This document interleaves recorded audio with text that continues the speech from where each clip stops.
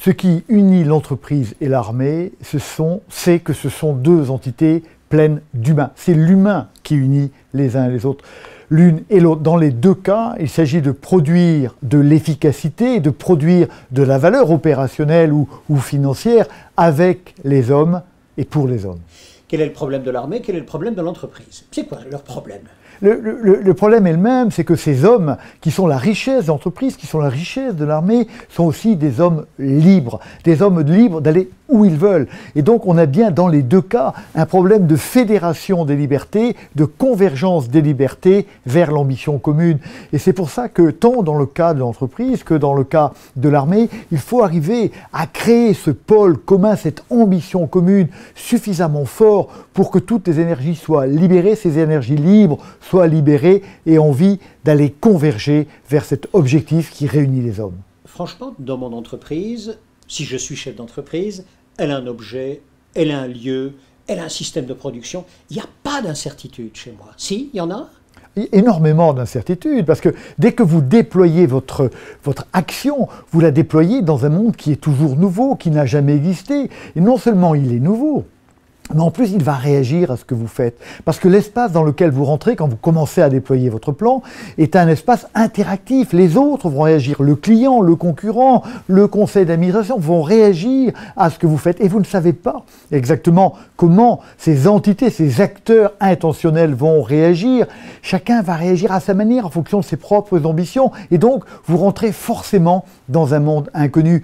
Et si vous avez l'espoir de voir votre décision s'appliquer exactement, c'est ne pas tenir compte de cet aspect interactif de l'espace dans lequel vous rentrez. Non, dès que vous agissez, vous rentrez dans un monde d'incertitude. Mais vous devez l'accepter, vous n'avez pas le choix, et vous devez savoir, c'est que de cette incertitude-là que jaillira le succès pour l'entreprise et pour l'entité militaire. Alors comment gérer cette incertitude? Alors je crois qu'il faut faire confiance à l'homme. Il faut faire confiance à l'homme parce que nul n'est capable d'abord de tout prévoir pour tous ses collaborateurs ou tous ses soldats, pour toutes les circonstances qui vont être rencontrées. Et le chef va s'user à faire ça. Et donnant des ordres de détail à chacun de ses collaborateurs, il ne fera plus son métier à lui.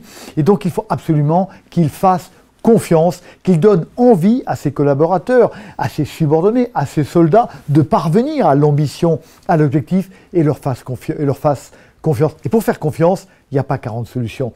Il faut absolument les faire adhérer. Vous devez pouvoir lâcher vos soldats, lâcher vos collaborateurs en sachant qu'ils ont envie d'aller là où vous voulez les emmener. Et d'autre part, ils doivent être compétents. Et ça, c'est votre problème à vous chez l'entreprise ou mon problème à moi, de chef militaire, de faire en sorte de donner à mes collaborateurs, à mes soldats, les ou la compétence dont ils auront besoin pour se sortir des différents choses-trappes dans lesquelles ils vont tomber, les différentes évolutions du monde ou les obstacles, oui, qu'ils devront surmonter pour parvenir à leur objectif.